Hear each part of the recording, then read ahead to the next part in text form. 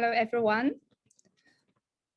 I'd like to welcome all of you for attending CCS Gender Equity, Diversity and Inclusion event for celebrating the International Women's Day. My name is Zoe Ding. I'm a member of CCS GEDI Committee, and I'm the host of the event today, together with two other committee members, Alex and Megan.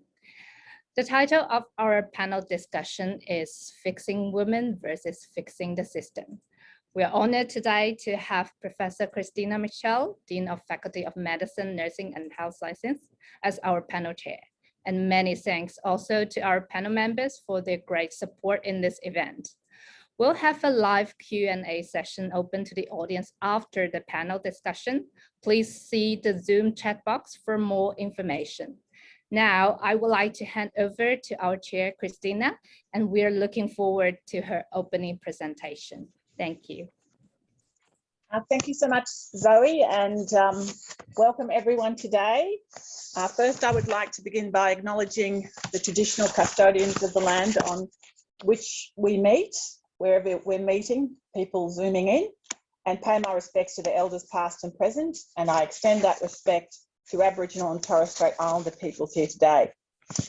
So we are celebrating International Women's Day today, and the theme this year is Women in Leadership, Achieving an Equal Future in a COVID-19 World. And this recognises the outstanding efforts by women and girls around the world in shaping a more equal future and recovery from COVID-19 pandemic. But it also highlights the gaps that remain. This theme this year calls for women's rights in all areas of life: equal pay, equal contribution to unpaid care and domestic work, which I think has been exacerbated this year with COVID lockdown, equal voice in policies and reforms that will bring an end to all forms of violence against women and girls, and equal influence in the development of healthcare services that respond to women's needs. I'm so pleased to be invited to chair this panel today. We've got a very exciting and distinguished panel of experts who are going to answer some really quite challenging questions as part of our faculty celebrating International Women's Day.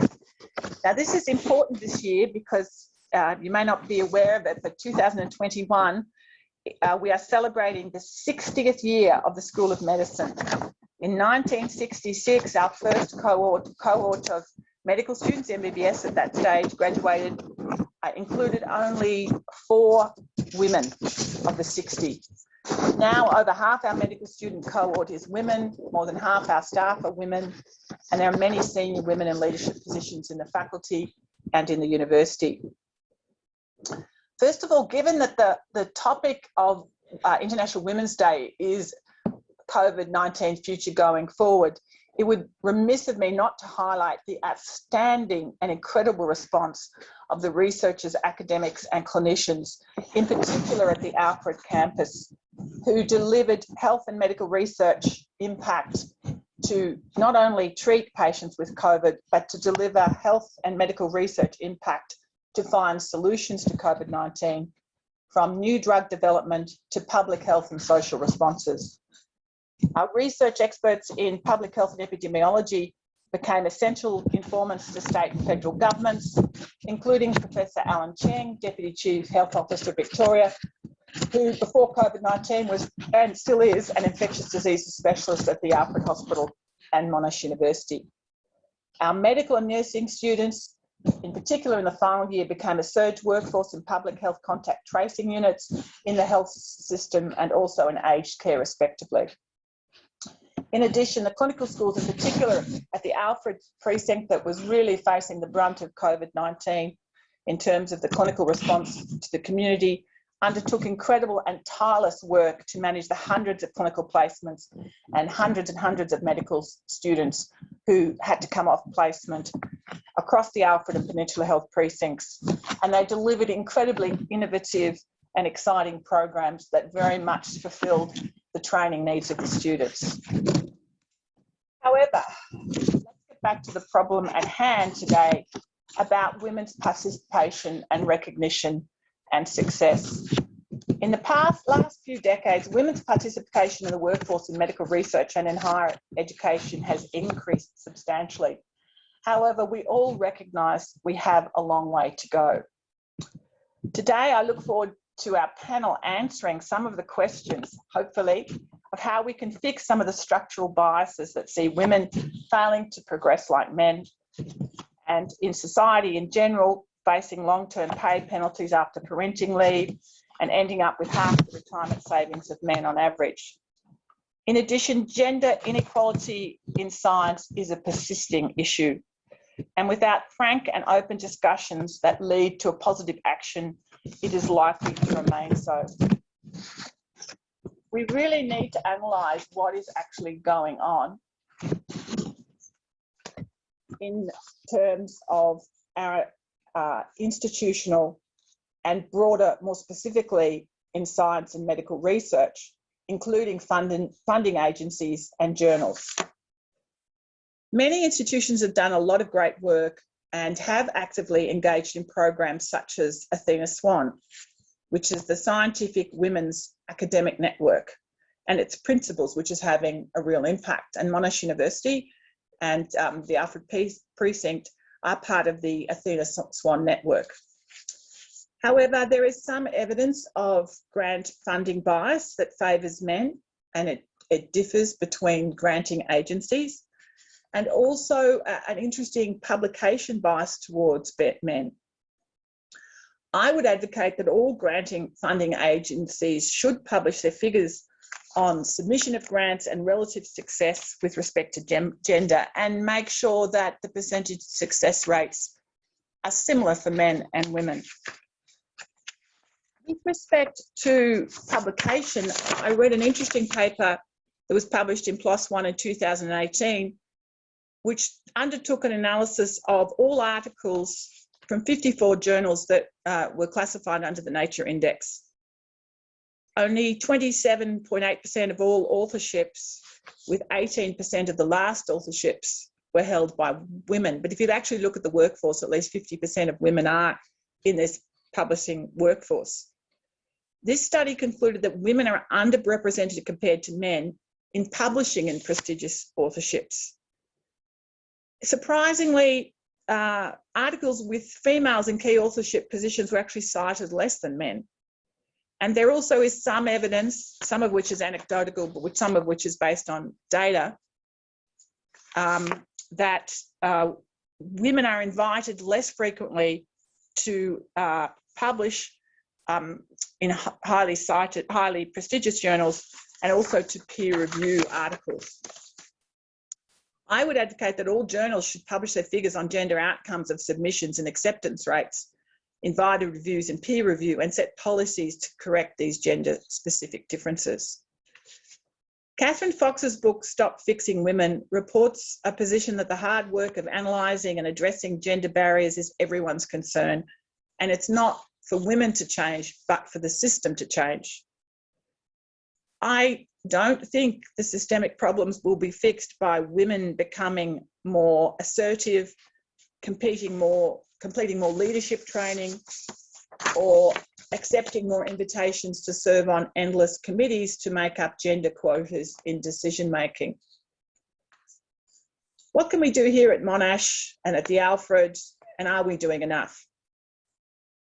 Here at Monash University, we signed up to the Athena Swan Principles in 2015, and our participation in this program closely aligns with the Monash University strategic goals to be inclusive, which can be found in the Focus to Impact the University's 2020 to 2030 strategic plan, which is going through the consultation phase. And I encourage all of you to read the strategic plan and also put in submissions, both personal and also from various groups and your schools, on what you think of this strategic plan. The Vice-Chancellor is genuine in wanting to get feedback. Monash University is also committed to supporting and nurturing the next generation of women, and is proud to lead by example. And there are many women in senior leadership figures across the university and also across the faculty. As you well know, we've got a Vice-Chancellor who's a woman.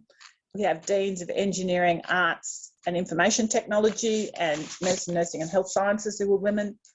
And we have many senior leadership roles in the faculty in terms of deputy deans, head of the medical course, and heads of school in the faculty who are women. The Times Higher Education rankings for the first time last year actually ranked universities on the basis of their gender equity, including their policies on gender equality and their commitment to recruiting and promoting women. Under these criteria, Monash University was ranked 24th in the world, but La Trobe and the University of Sydney were ranked higher than Monash, so it's clear we can do better. And I would advocate we can only do better by listening to our women workforce, our early career researchers, and by understanding the challenges that they face in gaining promotion. We know that gender equity is a good thing for the institution as a whole. Not only will it ensure we have enough skilled workers for the future, and it will result in, a lot of evidence shows that it will deliver consistently better outcomes in terms of overall productivity, health and happiness for economies, and for all employees. And this is based on a major study from the OECD and the World Economic Forum. Finally, I'd like to stress how important it is for women themselves to help other women. We who have been seen to actually climb the ladder really need to be seen by our women colleagues of actually helping other women and let the rungs down and let more junior colleagues climb up as well. I feel strongly that women really need to form other networks with other women to help them in their academic careers. I was very much challenged when I first became Dean of Medicine by other senior male figures at other institutions who said to me that women leaders are a problem in their own right because they don't encourage other women to succeed. I hope that's not the case at Monash University, and I'm very open to any ideas from anyone on how we can improve the role and promotion and careers of women in the Faculty of Medicine, Nursing and Health Sciences. I think you're very lucky at the Alfred Precinct. You have a very active gender equity, inclusion and diversity committee at the Central Clinical School. They have organised this event, and I'd like to very much thank Zoe, Jess and the team and the panel for actually contributing to this event. I'm about to introduce our dynamic panel who are going to ask a series of very hard questions and tackle the complex questions in the Q&A. And I would like now to introduce the panel and open up to the panel discussion, and I look forward to the answers. And then after we've had a panel discussion, we're going to open the event to general discussion and questions from the audience, and I hope we'll be able to stimulate a lively discussion. So I'd like to introduce our wonderful panel today, and I'll ask them to turn on their pictures. So our first panel member is Professor Terry O'Brien, who's the Chair of Medicine and Neurology and the Head of the Central Clinical School at Monash University. He's also Program Director of the Alfred Brain and Deputy Director of Research at Alfred Health. He's a specialist in neurology and clinical pharmacology. Welcome, Terry. Then it's a great pleasure to introduce Professor Jayashri Kulkarni. Hi, Jayashri. Jayashri is the Director of Monash Alfred Psychiatry Research Centre that translates cutting-edge neuroscience discoveries into innovative treatments for severe mental illness. She is the Professor of Psychiatry and a Fellow of the Australian Academy of Health and Medical Sciences. We're very pleased also to have representatives of both mid-career researchers and early career researchers on the panel. I think it's really, really important that we listen to the voices of the early career researchers and understand what issues they're facing. So our mid-career researcher is Vilya Jokubaitis. Hi, Vilya, who is the group leader in the Neuroimmunology, Genomics and Prognostics group in the Department of Neuroscience at Central Clinical School. She is a clinical and translational neuroscientist. Our early career researcher here today is Dr. Danica Hill. Hi, Danica. Thank you so much. Morning, everyone. Dr. Hill completed her PhD at the Walter and Eliza Hall Institute of Medical Research before undertaking her postdoc training at the Brabham Institute in Cambridge. She joined the Department of Immunology and Pathology at Central Clinical School in 2020. She's supported by a Michelson Prize and an NHMRC Early Career Fellowship. And finally, our Athena Swan committee member, Dr. Caroline Gurvich, is a group leader in the Department of Psychiatry at Central Clinical School and a clinician neuropsychologist. She's the Deputy Director of Monash Alfred Psychiatry Research Centre. She's also very passionate about gender equity in science and is the previous chair of the CCS Gender Equity, Diversity and Inclusion Committee. So I might start, and I'm going to ask Caroline the first question and open this question up to all panel members. And it raises the issue that I mentioned in my talk about whether granting agencies and journals and other areas with respect to the assessment of quotas. So the use of quotas to address gender equity in both corporate and government sectors has been successful, yet they remain unpopular in academia and funding bodies. So I guess my first question to Caroline is, why do you think this is, and should we have quotas for scientific journals, for granting agencies, for promotion, for appointments, everything else? So Caroline, first to you, and then we'll go to the panel. Thank you, Christina. I think this is an excellent question, and I think there's no easy answer, and naturally people have different opinions about this.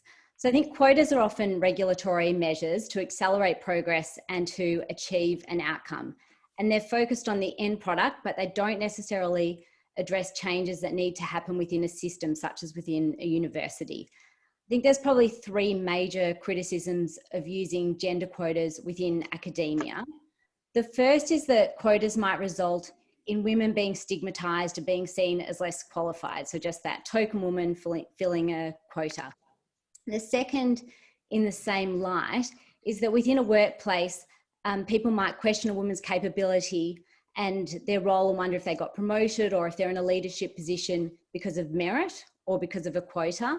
And the third is that other capable candidates may be overlooked and miss out on a position because there is a gender quota, and that could disadvantage the field. So I think quotas have got the potential within academia, within a university, to potentially do more harm than good in terms of facilitating cultural change. So I think rather than quotas, setting targets, which are measurable outcomes or measurable objectives to improve outcomes, may achieve greater change at a system level and address some of the structural barriers that will then enable women to be retained and to progress. And this is really what the Athena Swan Charter is about, setting these tangible affirmative action goals that will really change policies and promote cultural change. And then that in turn will help with the retention and advancement of women. So that's my thoughts on gender quotas within systems like university or within academia. Thanks so much. I might open up to the rest of the panel to see if everybody agrees, and I'm encouraging disagreement. Because I think unless we have the dialogue and we tease out what the issues are, we're not going to come to some successful outcome. I'm always a bit confused between the quota and the percentage success rate. So, you know, we have a quota that 30% of women will get grants and 30% of men will get grants, but what is the difference between, you know, if you've got a quota of success versus a percentage success that's equal? So Caroline, can you clarify that for me, and then we'll open up to the panel for any other comments? So my understanding is a quota is something that would be set by whatever funding body as their regulatory measure. The measure of outcome success is what actually happens. It might not necessarily align with their target or with their quota. That's my understanding. Yeah, that really helps. All right, everyone, anyone else got a comment or feeling, or does everyone agree with Caroline? Terry? I do agree with Caroline. Can you hear me? I think one of the problems with quotas are they're also very rigid.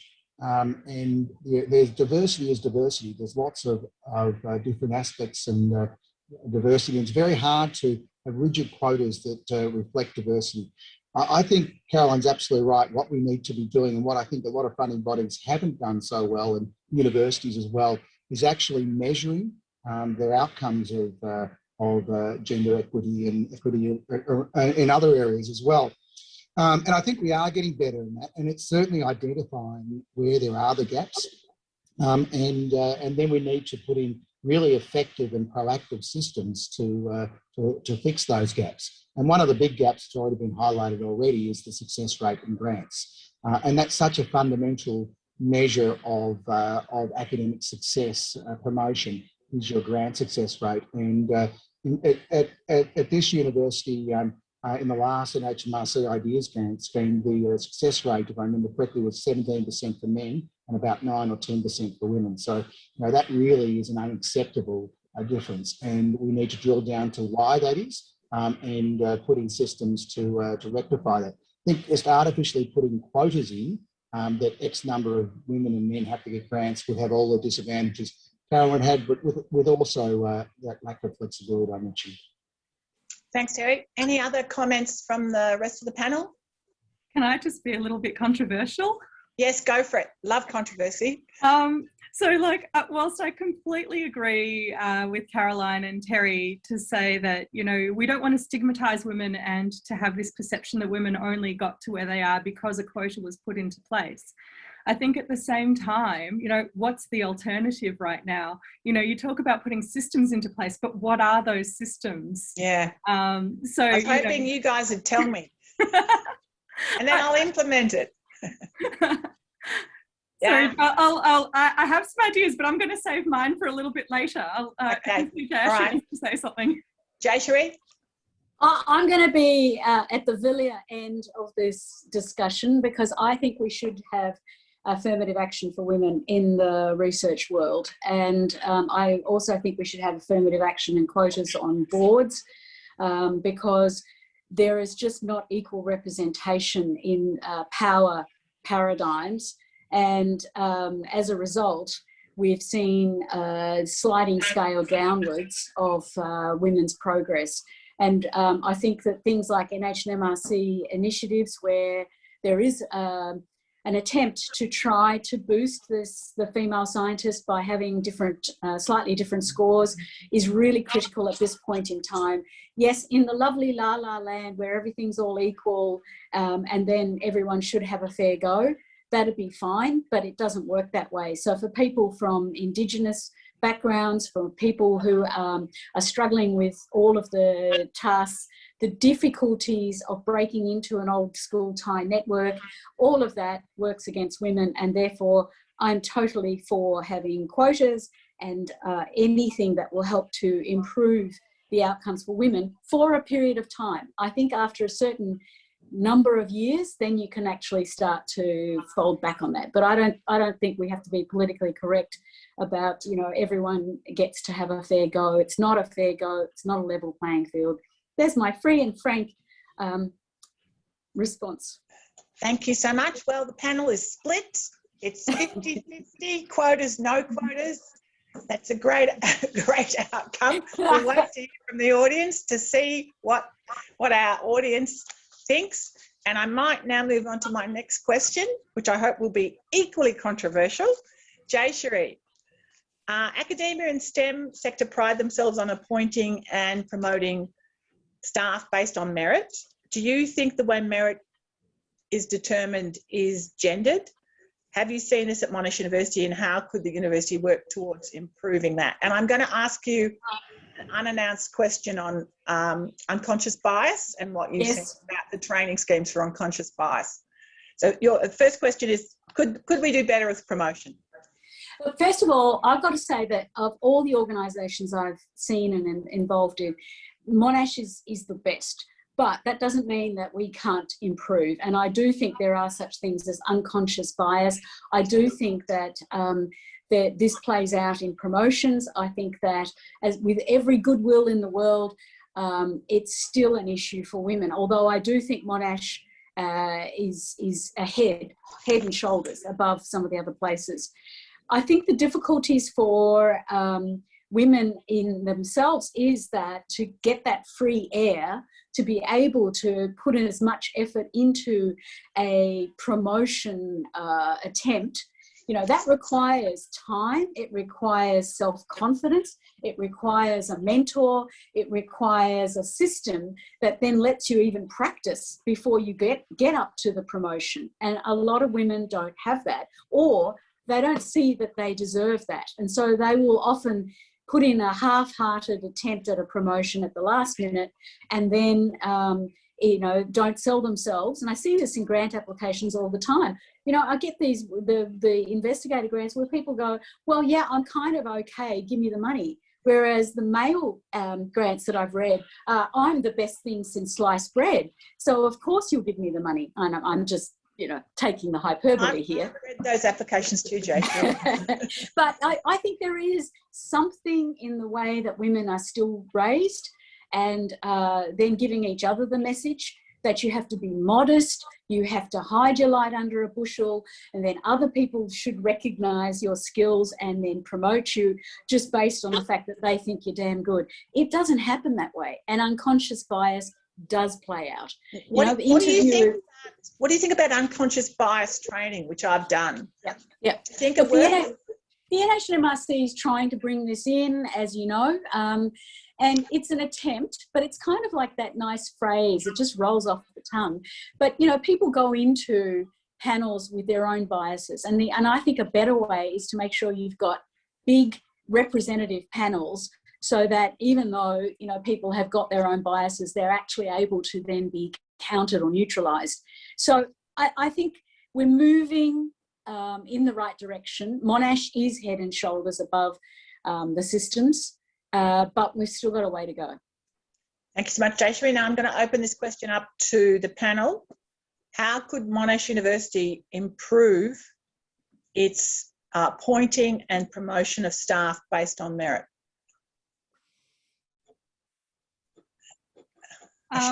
So I have to say that I agree with Jayashri that it comes down to panel membership and representation of thought on panel membership. I think that, you know, you need that diversity of experience and thought in order to be able to equally balance out all of the, I guess, factors that go into promotion applications. So I'm completely with Jayashri on that one.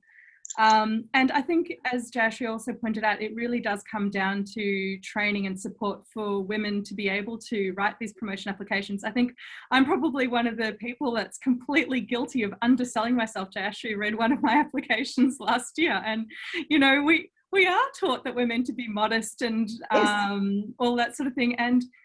And it's not that we as women don't kick ass, for want of a better expression, but you know, we've always been told that, you know, just be modest and all the rest of it. So we ourselves need to undertake, I guess, unconscious bias training as women, so that we learn how to sell ourselves a little bit better. I think it's something that, you know, both men and women need to undertake. I suppose men in terms of assessing grant applications irrespective of gender, and women in terms of learning how to self-promote a bit better, because yeah, we're terrible as a general rule. Thank you so much. Before I ask other panel members to comment, I just want to point out in the chat, there's some really interesting comments coming out in the chat.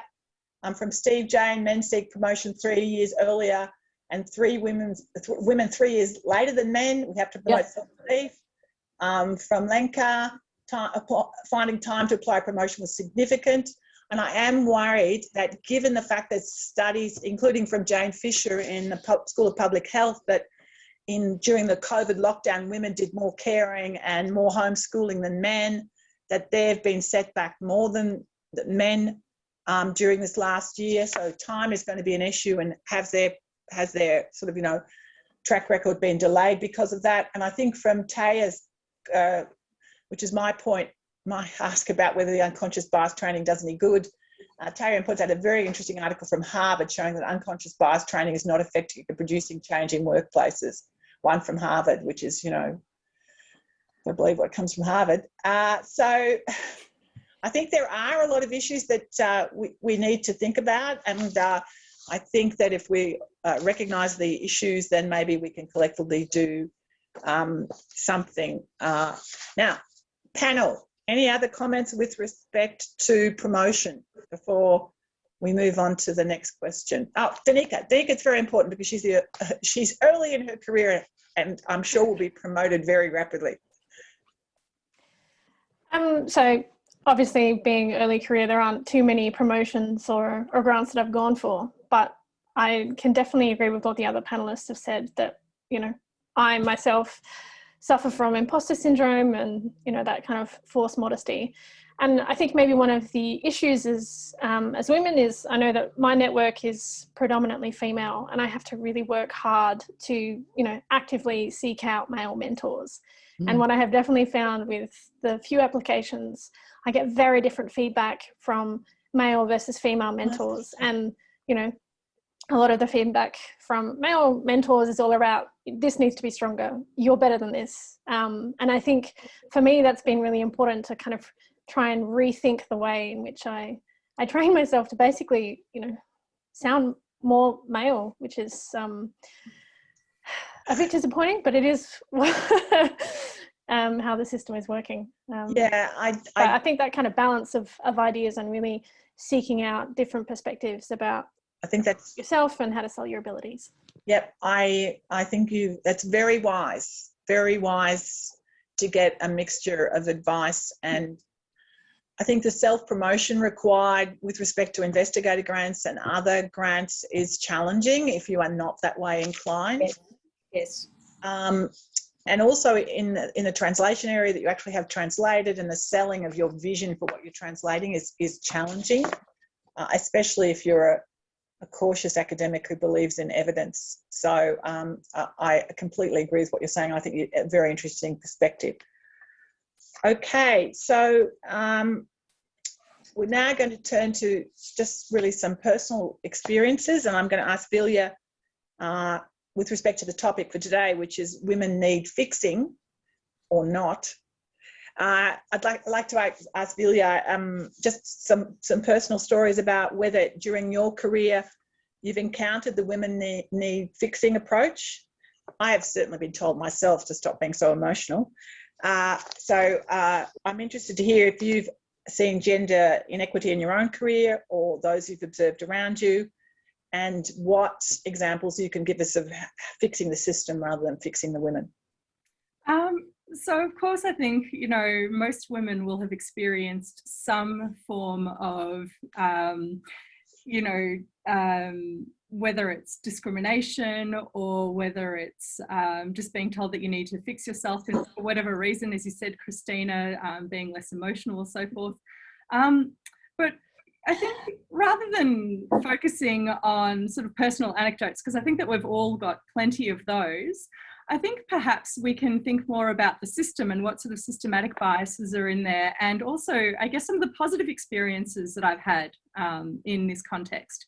So I think in terms of some of the systematic biases that are out there, I think one of the key things at the moment is actually the NHMRC's new system trying to make us use gender neutral language.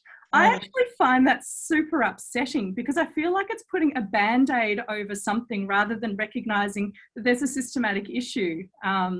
So we're being told no longer to call it maternity leave, but to call it parental leave. And that is such a complete farce because the system is broken. Only women have the opportunity to take extended periods of parental leave. So that if somebody's reading your NHMRC application and you say that you've taken a parental leave period of 6 months or greater, automatically your reviewer knows that you're a female, because unfortunately men just don't get that opportunity, even if they'd like to have that opportunity to take that parental leave. So I think it's a complete waste of time, rubbish band-aid for a systematic issue that exists there, and that needs to be fixed. And I think the NHMRC have still got a really, really long way to go on that. But then thinking about some of the positives instead that I've experienced in my career. And I have to say some of the positives are that I've been very fortunate to have some amazing sponsors and mentors in my career as well. And in particular, I really do want to acknowledge Helmut Fitzguven, who's been a mentor of mine for a number of years. And it's people who identify that you have potential in your career, and they see that there are also, you know, potential obstacles like taking maternity leave and so forth, and making opportunities available to you to be able to still progress your career. And I think one of the things at the moment is that, you know, irrespective of your gender, we all need a champion for our career. We all need sponsors and we all need mentors. At the moment, the way that the system is in place is that most people in that position to sponsor and mentor us are males. And so what I would love to see is a situation where there are sponsors and mentors that do pull us all up, irrespective of our gender. But at the moment, I think women in particular do need that, so that one day we have an equal leadership, all in senior positions. So it doesn't matter what gender you are, you can pull everybody up together with you. When I look in the Department of Neuroscience, where I am, I can see that it's almost a 50-50 split of female and male group leaders. But then if you look at that a little more closely, I see very few full professor females, but very many full professor males. And so I think these are some of the things that we really do need to try to rectify. And I applaud the GEDI committee for putting in place a number of different initiatives, such as trying to fix the system by making meeting times, or suggesting that meeting times should be family friendly. So for example, the Department of Neuroscience executive meetings are now during a family friendly time rather than 8 a.m. as they used to be, which is difficult when you've got kids to drop off at school. And I also, you know, really want to acknowledge the Central Clinical School for the mentorship program that they have put into place for more junior and mid-career academics. So again, finding sponsorship and mentorship to pull us all up together. So there's some of the, you know, the great initiatives, I think, that we need to keep encouraging in order to be able to promote everybody up so that everybody has an equal opportunity to reach those professorship and associate professorship levels.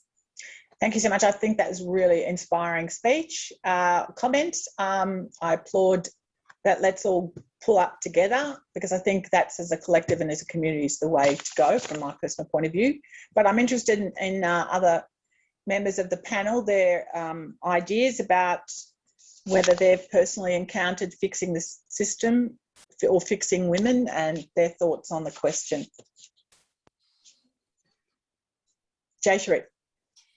I would suggest that there's and it's unpopular, I'd suggest that there's a bit of both, because getting back to the self-esteem issue, the fraud syndrome, the sorts of things that many women describe, which you can say is a cultural, you know, long-standing issue for women, that you know, the way to true greatness is through humility and hoping that other people notice and putting everybody first and all of that stuff, you know, is a big issue to try and tackle.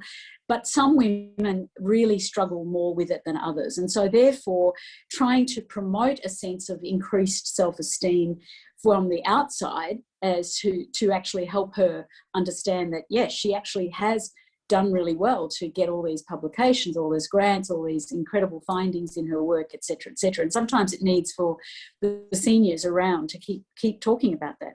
I think that is important, and that, if you want to call that fixing the woman, I guess it's just about a self-esteem boost that is important.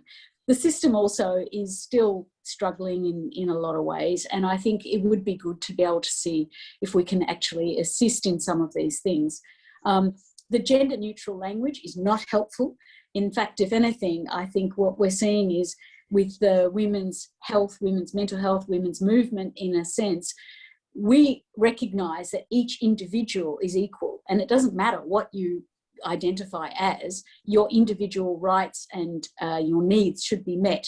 But in some ways, the gender non-binary, gender neutral approach is kind of cutting down the gains that have been made, and we're not quite sure how to tackle this, because we don't want to intrude on the rights of the LGBTQI community or any of the others. We recognise everybody is an equal, but don't kill off the rights of women. And sometimes, you know, comments like chest feeding and human milk rather than breastfeeding, etc., it's just getting to a ludicrous point.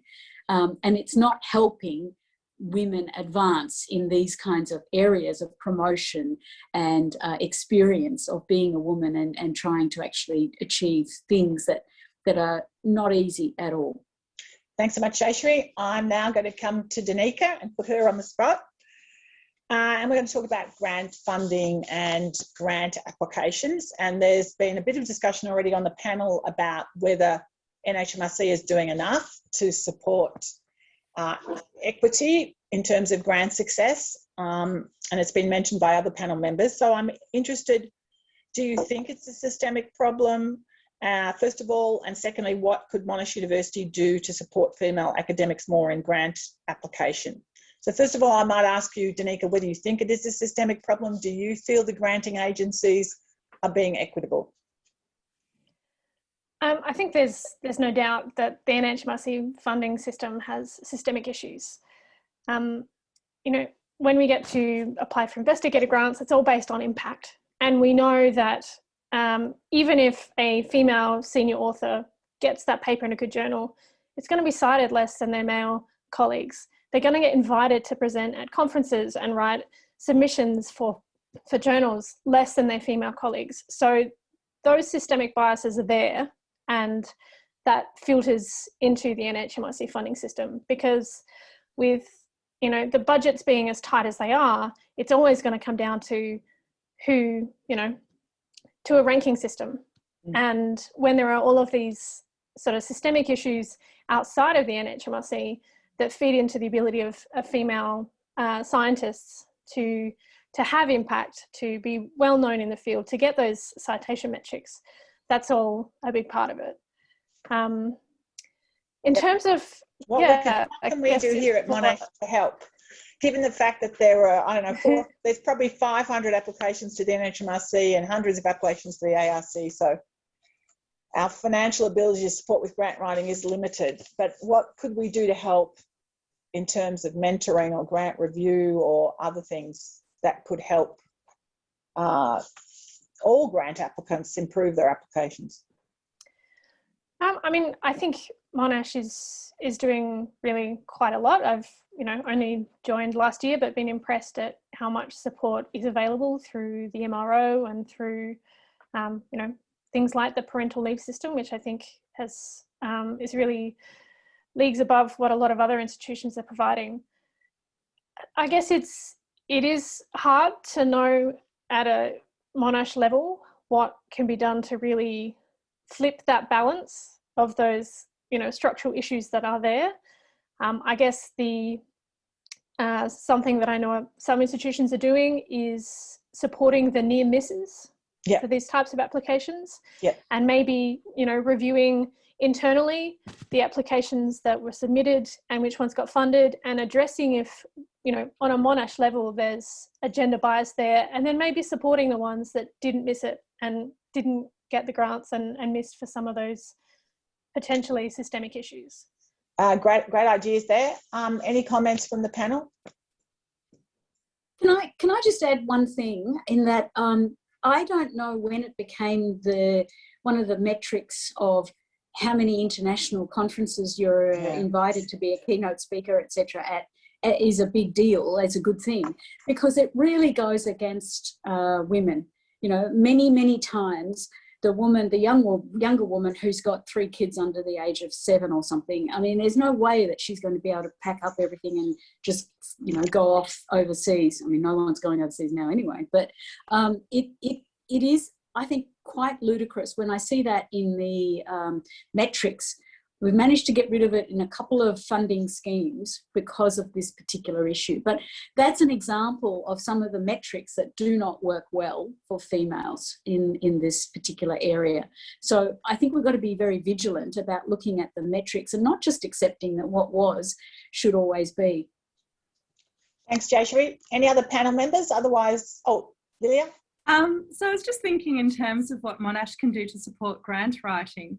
Obviously with COVID and the loss of funding through a number of different areas, I know that our research office has actually been decimated And there's a lot less support at the moment for research grant support, much less review opportunities. I know that they're under a lot more pressure. And so actually, I think that one of the things that Monash could do better is to actually invest in the MRO. I think that it's a critical service. It's not an optional service. I know WeHi, for example, hired, I think, 10 new staff, each with portfolios for different granting schemes where they actually help investigators write and improve their grants. And at the moment, we just can't compete against that machine. So to my mind, Monash could help by just putting more resources into that. With respect to the grant office, understanding that 4 people did leave and they were in the, I think it was 4 in the NHMRC schemes, and they are rehiring to replace those people. They were a mixture of people moving into state, maternity leave and other things. But they are people in MRO, basically grant checking people. I agree we need to support more in terms of grant writing and support and review. Some of that will have to be internal just because financial reasons, but because of the sheer scale of the numbers at Monash Uni, but I do think it's something we do need to investigate to be competitive. I'm aware of time marching on, and I really want to put Terry O'Brien on the spot here. So I apologies. I might move on to the big promise, Chris. Next panel question, and then we're going to open up to the audience for questions. So Terry, there are men for women initiatives like Male Champions of Change and He for She. What are your views on this? Do you think Monash University should set up a Men for Women committee to address issues such as quotas and merit systems? Thanks, Chris. Well, you've actually given me one, I think, probably the easiest question of the panel today. I don't know whether that's gender bias or not. I mean, look, I think the answer to that is obviously this is a good thing, and yes, we should. There's no question modelling is incredibly important in all aspects of life, and for young males and not so young males, seeing male champions coming up, putting their hand up and really advocating the importance of gender equity and championing women's rights and an opportunity is incredibly important to actually changing the culture. So, I think the answer is it's a good thing, and we should be doing it more, and we should be doing it at Monash. Thank you so much, Terry. Any comments from the panel on what Terry said? I guess we have to leave it to the males to the Male Champions for Change, or should we twist a few males' arms? So panel? Panel's being very diplomatic on this question. So I might thank the panel members for their wonderful contribution and a very interesting dialogue, and hand back to Zoe to then bring to the floor some questions from our audience who've made a series of really excellent commentary. I encourage you all to look at the chat, some really interesting comments and interesting debate going on in the chat room. So over to you, Zoe, and thank the panel members very much for interesting discussion and contributions. Thank you very much, Christina, and all the panel members. So I've already got several questions waiting to ask. So first, Terry, will be for you. It has been noticed that a number of education, GR, and student-based committees in school and faculties are unbalanced. So why do you think this is, and how do you think the school can help with that? Thanks, Zoe. And look, actually, I meant to say at the very beginning that echoing what Chris said before, congratulations and thank you to you, Zoe, and the whole Central Clinical School GEDI Committee. Chris is absolutely right. The GEDI Committee here, we are really blessed that we have such a proactive and outstanding committee, and putting on a panel like this is really an important step on the road. So thank you for that.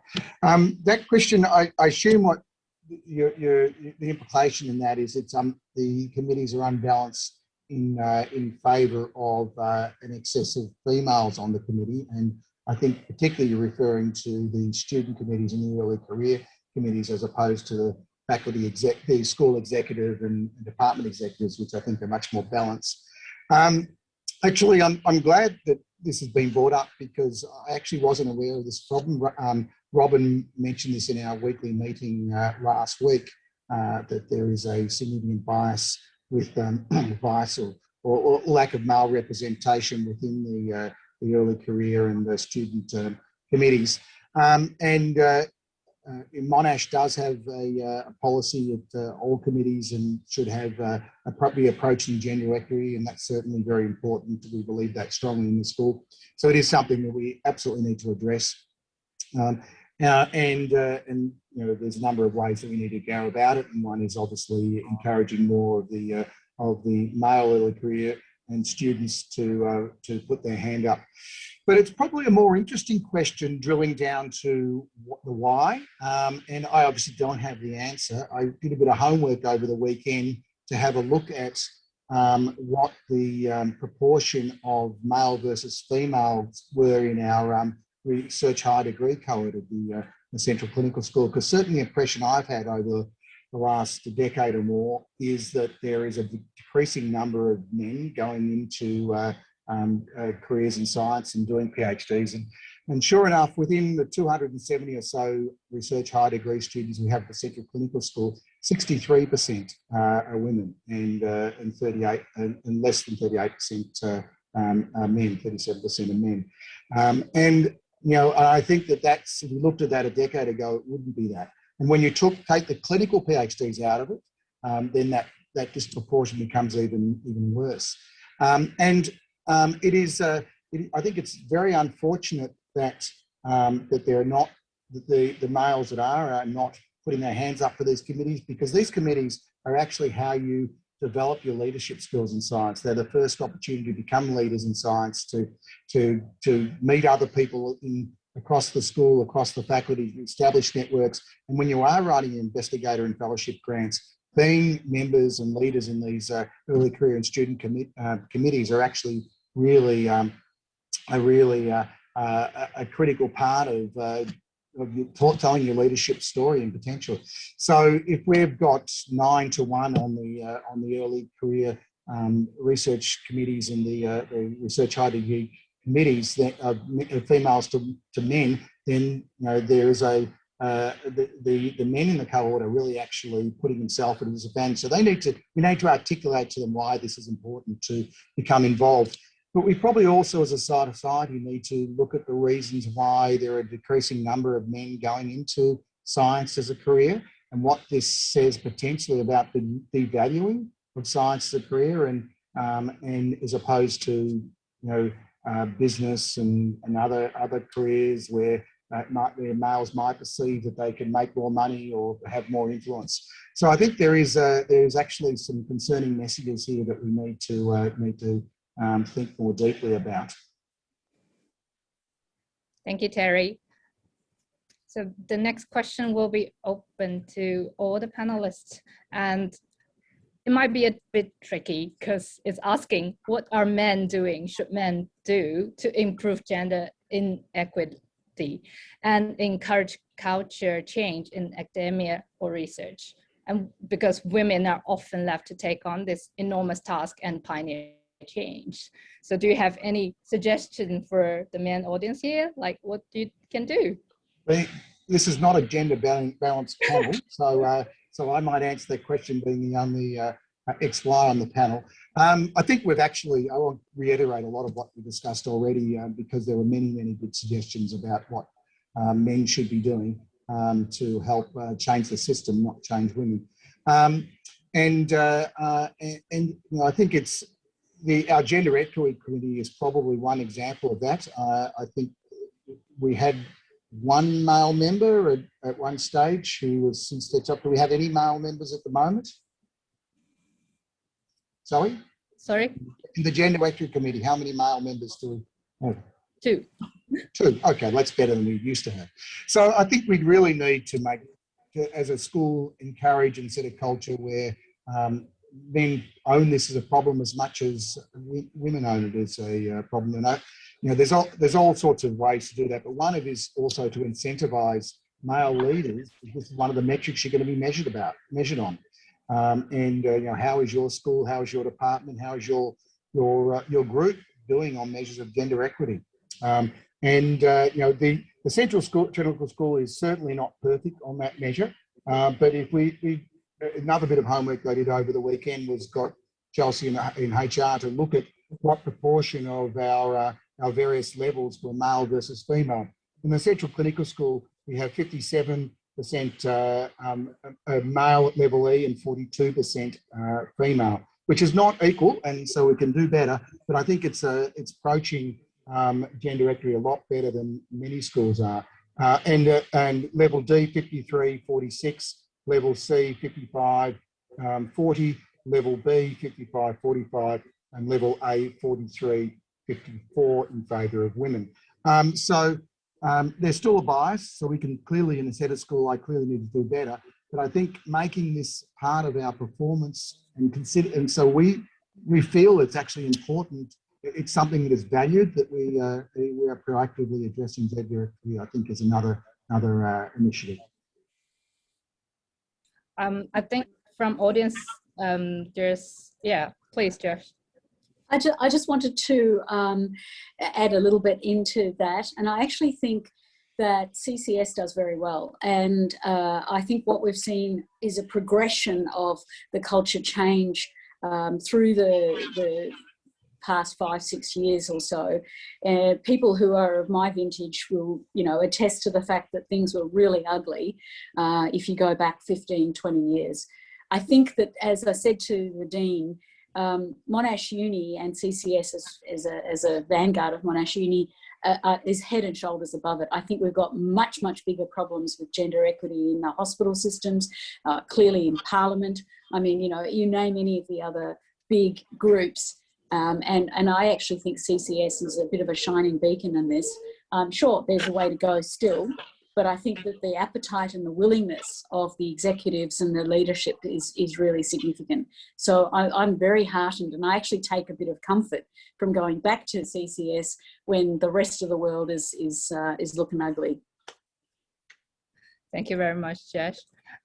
So there's another question from the audience regarding promotion. So promotion applications for level A to B can be submitted and processed at any time during the year, but applications to C and D and E are at a fixed time. So would open all year promotion help for women time-wise?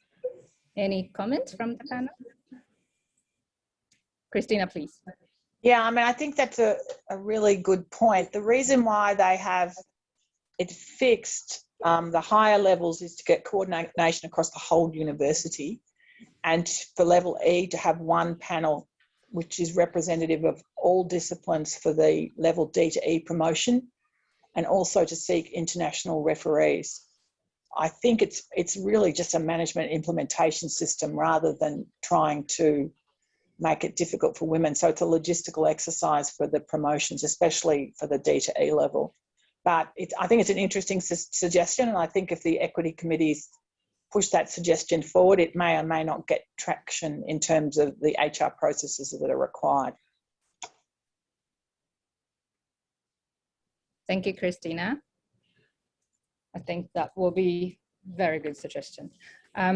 So for the time-wise, that will be our last question. And if you have more questions, you can type in right now in the chat box, and we will get to that after this event and post it on the internet.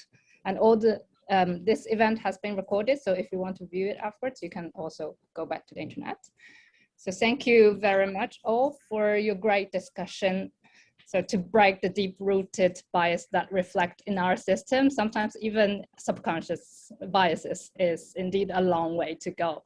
However, I think it's very promising because we have become more aware of these issues, and because there are people like you and me that are caring and pushing to make a change. So bit by bit, like River Kapsa, Kenya, we will break it through. So with that, I'd like to close today's event, and thanks again for your participation. Thank you. Thanks, Thank you.